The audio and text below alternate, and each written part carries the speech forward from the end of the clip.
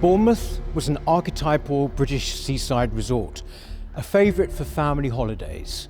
Beaches, the pier, beautiful old hotels, a place of tranquility, refinement and relaxation. But then, our political class, in their munificence, showered Bournemouth with the cultural riches of the Third World. And what has been the result? Today, just a generation later, Bournemouth is plagued by rape, child rape, violence, murder, sectarianism, gangs, and citizen militias. Many locals, women especially, are now afraid to go out into the centre after dark. What on earth has happened here?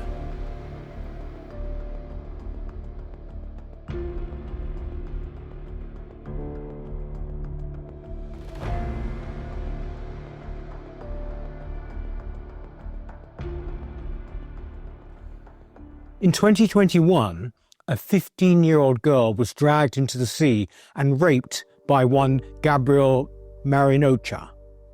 Then, in early 2022, an Afghan asylum seeker, Lawagin Absul Ramazani, stabbed a local man to death, Thomas Roberts.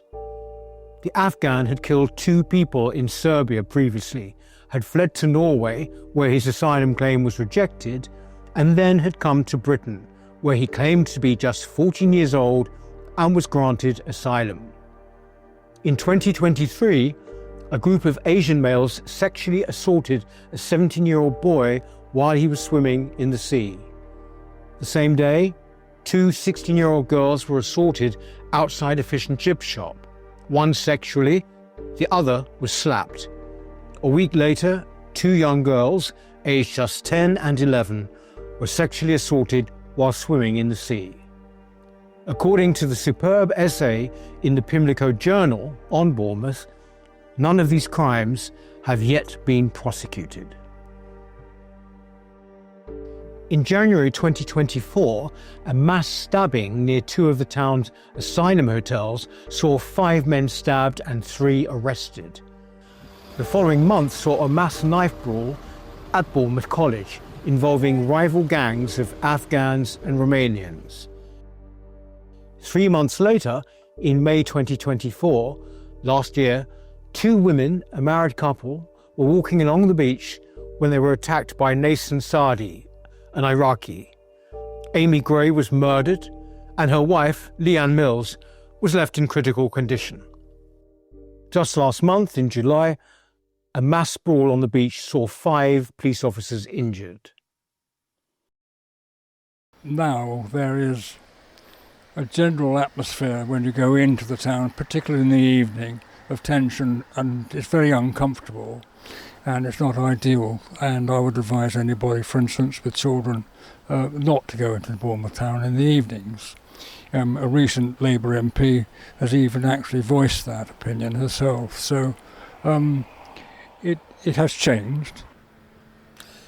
For those who insist, in defiance of their eyes and ears, that crime in Britain is actually falling and that we've never been safer, well, consider the following. In the 10 years from 2014, here in Bournemouth, the rate of rape has risen 276%. That's rapes have almost quadrupled, therefore, in 11 years. Violent crimes have risen 173%, almost tripled. Public order offences have risen 223%, more than tripled. In 2024, the rate of antisocial behaviour incidents was higher here than in any other part of the country, with the exception of Westminster. It is believed that Bournemouth is currently hosting over 500 so-called refugees in its hotels, at extraordinary cost to the taxpayer, which is estimated at 15 billion nationally.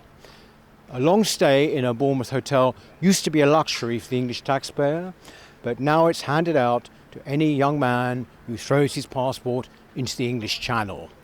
They must marvel at our stupidity. We give them a quality of life which is beyond their wildest dreams in their home country.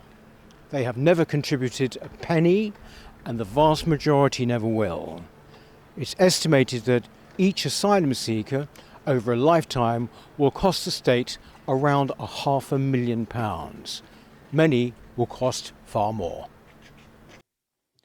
As we recently set out extensively in our Heritage documentary with Alex Phillips, rapes in Britain have exploded over the past 10 years, coinciding with the Merkel wave of migrants from Africa and the Middle East.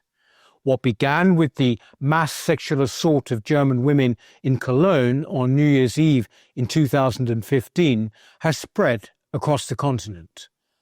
Our government is importing large numbers of young men from nations with exceptionally high rates of crime, violence, sexual assault and rape, and putting them in luxury hotels with your money.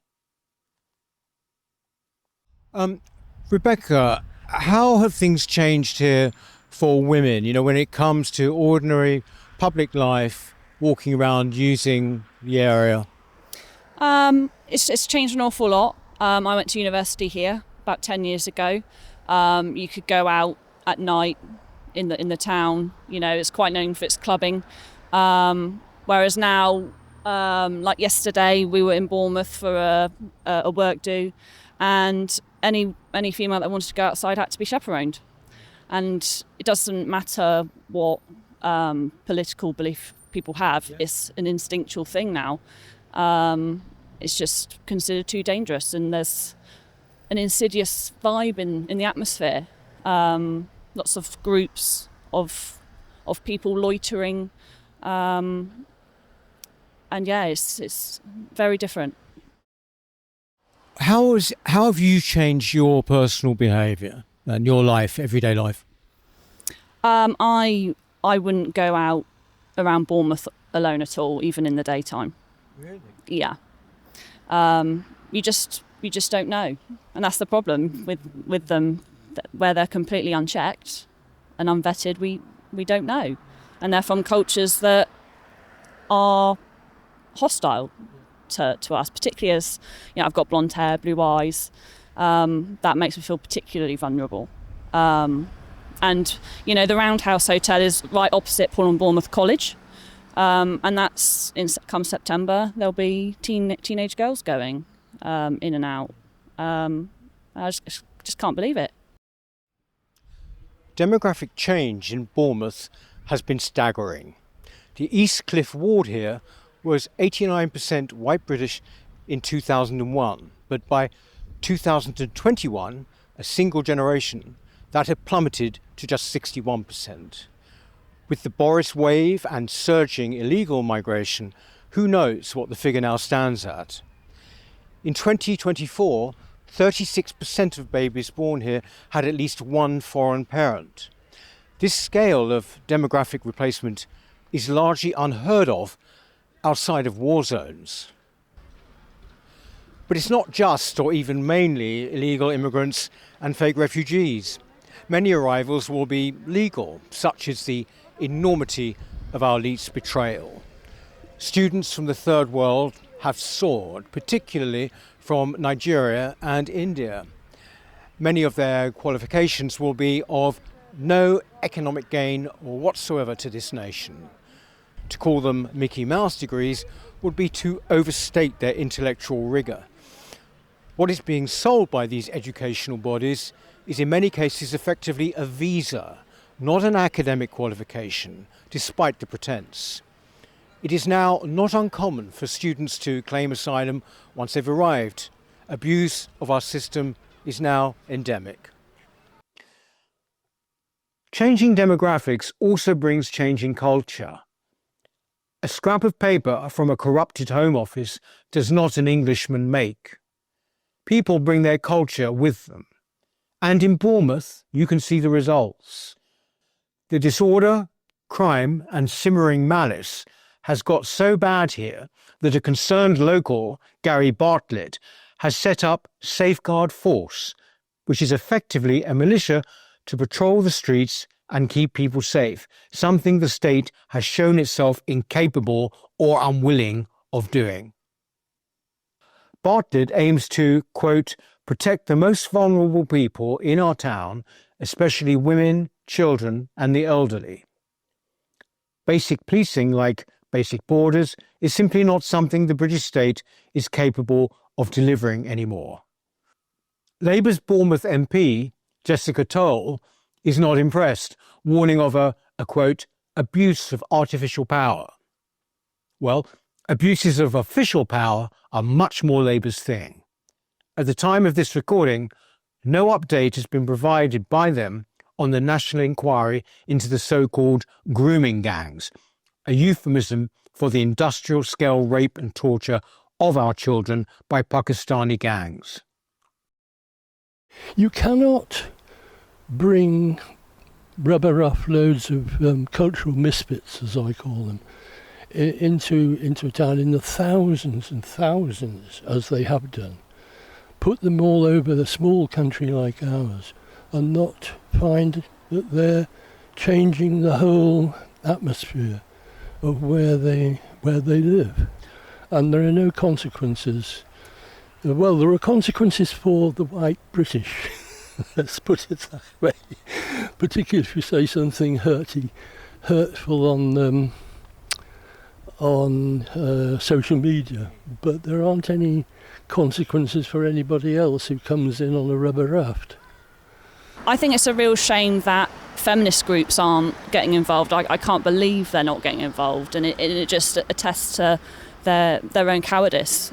You know, they're so afraid of being called a racist that they will not protect women and girls from very clear data that supports that they are a threat and a danger to us. Well, they weren't that good either on the grooming gangs, were they either? No, and already we're hearing reports that the migrants from the boats have been involved with the grooming gangs.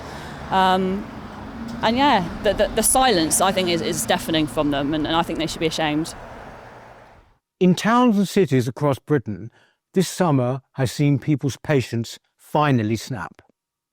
Protests have sprung up around the country, including in Bournemouth, mainly targeting the hotels where these alleged refugees are being housed. The wave of crime and antisocial behaviour they bring with them includes sexual and violent crime in particular. A July 2025 Daily Mail report found 312 asylum seekers in UK hotels had been charged with 708 crimes over just 3 years, including 18 rapes, 5 attempted rapes, 35 sexual assaults, 51 thefts, 89 assaults, 43 drug offences, 18 burglaries and 16 robberies. This data was from just 70 hotels. There are, in fact, 220 such hotels across the country. In Nuneaton this month, 2 Afghan asylum seekers have been charged with the rape and strangulation of a 12-year-old girl. Just yesterday, yet another asylum seeker at the Bell Hotel in Epping, a Syrian man, has been charged with sexual assault, common assault, and assault by beating. The same day, yesterday, a young man from the Migrant Hotel at Canary Wharf was caught breaking into the apartment of an elderly blind lady.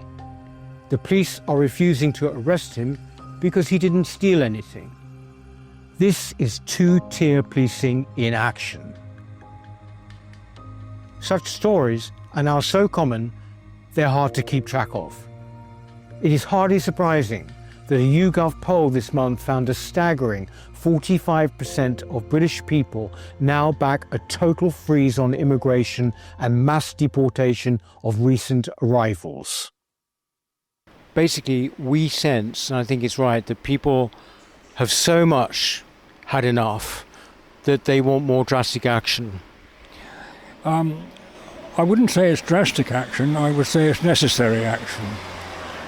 Obviously, the first thing is to stop further illegal immigration into this country and stop it immediately.